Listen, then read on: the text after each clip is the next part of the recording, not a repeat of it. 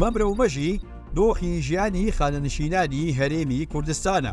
دوای تەمەنێکی زۆر لە خزمەتکردن بڕەپارەیەک وەردەگرن کە بەشی پێداویستیە سەرەتاییەکانی ڕۆژانەیان ناکات.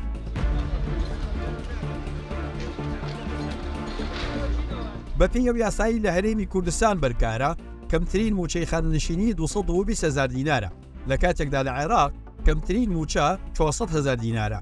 واتە موچەی هەر خانەنشینێکی هەرێمی کوردستان نیوەی موچەی خانەنشینێکی عێراقە. نەوەڵا بەشی نانەوشیەکەیەکە معاشی چی؟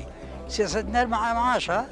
ئەگەر لەگەڵ کاتی خوا بیان ماگانە لەوانەیە بەش بکە، بەڵام جاری وایە زۆرە خایانێت ئینجاوەکو تۆ ئەگەر کرێتی بیان ناڵی مەکتەبە هەبێ یان شتێک بەشە ناکات. شایستەی خۆمانە بەڵام بە جوانی ناماندێنی ئەبێ سەری بۆ بگرین هەتا بێتاقەتمانەکەن. دادگای باڵای فیدراڵی عێراق کە بڕیارەکانی کۆتایین و دەبێت هەموو دەسەڵاتەکان پێیانەوە پابەت ببن زیاتر لە ساڵێکا بڕیاری داوە بە هاوتاکردنی موچەی خانەنشینی لە هەرێمی کوردستان بە عێراق، بەڵام تا ئێستا بڕیارەکە جێبەجێ نەکراوە. بەپێی بڕیارەکەی دادگا دەبێت حکوومەتی هەرێمی کوردستان یاسای ژمارە 9 ساڵی 2014 تایبەت بە یاسای یەکگرتووی خانەنشینی عێراق جێبەجێ بکات و کەمترین موچەی خانەنشینان 400,000 دینار بێت، بەڵام قەیرانی دارایی و کێشە یاساییەکان بیانوەکانی حکوومەتی هەرێمی کوردستانن بۆ جێبەجێنەکردنی ئەو بڕیارە. ئەوەی ڕقەمێک هەیە کە پێی ئەڵێ بووە بارگرانی بەسەر ئەم ملەتەوە 572,000 هەیە. پێی ئەڵێن هێزێکی ئینتیخاباتی هەردوو لایەنی دەسەڵات لە زاری ڕێباز حەملان کە یاریدەری سەرۆکی ئەنجومەنی وەزیرانە ئەڵێ ئەگەر ئێمە لەسەر داواکاری وەزارەتی دارایی عێراق بڕۆین ئەبێ ئەو 572,000 نان بڕاوکەین. گەندەڵی و بەنایاسایی خانەنشینکردن دوو لە کێشە سەرەکیەکانی سێکتەری خانەنشینین لە هەرێمی کوردستان.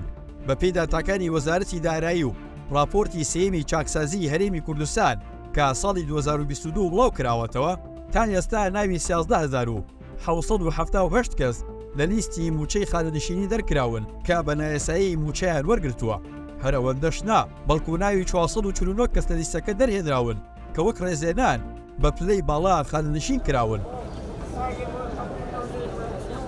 حکوومەتی هەرێمی کوردستان دەگەڵەوەی موچەی خانەنشینانی هاوتای عێراق نەکردووە، تا ئێستا سندوقی خانەنشینانیشی کارا نەکردووە. بەڕێوەبەری سندوقەکە بە سبەی وێت کاراکردنی سندوقەکە دەستەبەری موچە و پاداشتە دارایەکانی خانەنشینان دەکات.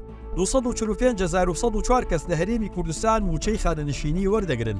لەو ژمارەیە 157,471 کەسیان خانەنشینی شارستانین و 87,633 کەسیش خانەنشینی سەربازین. کۆی موچە یەک مانگیان پێویستی بە نزیکەی 120 میلیارد دینارە. بە شێوەیەک موچە یەک مانگی خانەنشینانی شارستانی پێویستی بە 64 میلیارد دینارە.